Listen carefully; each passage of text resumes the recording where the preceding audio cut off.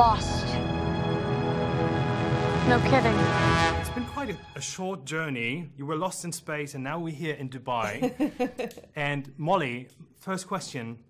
From Ellen Ball's 6 Feet Under to House of Cards, and now we have Lost in Space. It's an interesting choice of characters.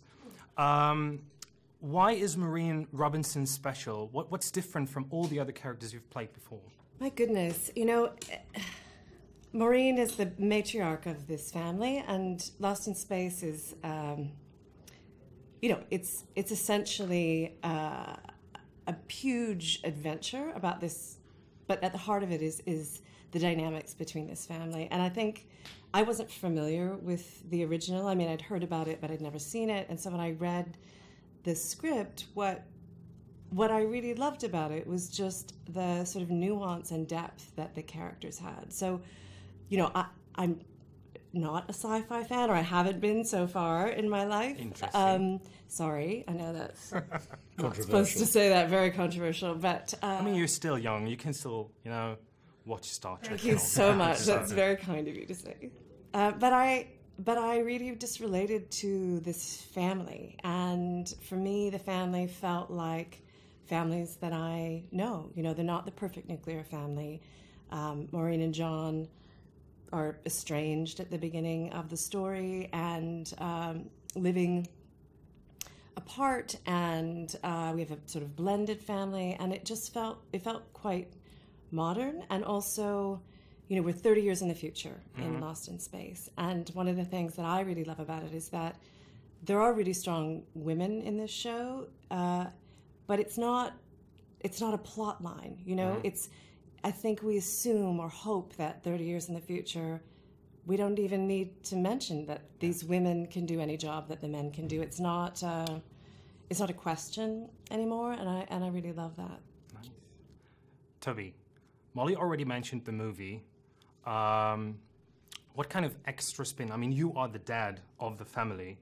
What kind of extra spin are you two as the parents delivering, compared to the movie maybe even, in terms of character development, storytelling, to make this story? Because Robinson Crusoe is, I don't want to say centuries old, but it's a very old tale, being lost in space or on an island.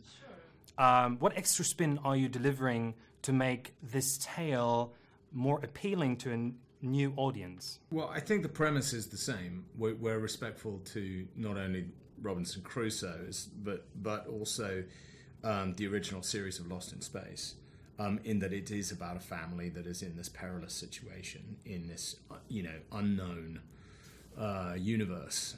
But what I think grounds it is the fact that it is a real family, as Molly was saying. It's not some apple pie ideal American family. It's like a real family that we can all identify with, because every family has its issues, its problems, and, you know, every childhood has its issues and problems.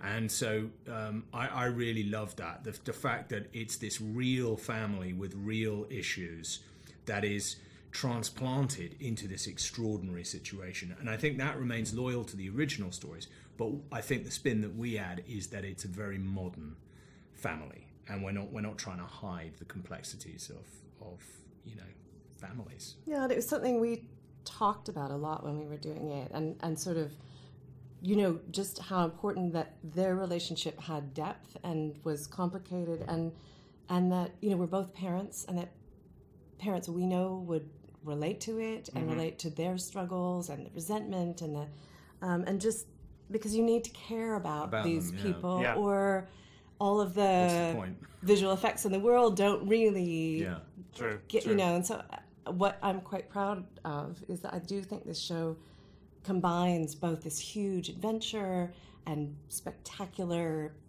cinematic landscapes, and then but is really rooted in this sort of true relationships. I think also, I think also like a lot of sci-fi that I particularly like, like Alien, but the kind of movies, I mean, I kind of appreciate the space opera kind of stuff, like Star Wars, but the ones that I really enjoy are things like Blade Runner and Alien 2001, where you it's not such a giant leap. It's not fantasy. Yeah. It's rooted in some kind of science, and that there's some kind of, you can imagine a future where actually it's not beyond the realms of possibility that this could happen. And I kind of like that as well, that it's rooted in real science, it's rooted in something that could happen. That almost sounds like the opposite of House of Cards. Isn't it? Yeah. Thank you very much for having me. It was Thank a pleasure. you, Sebastian. You go get our kids and you get them off this planet.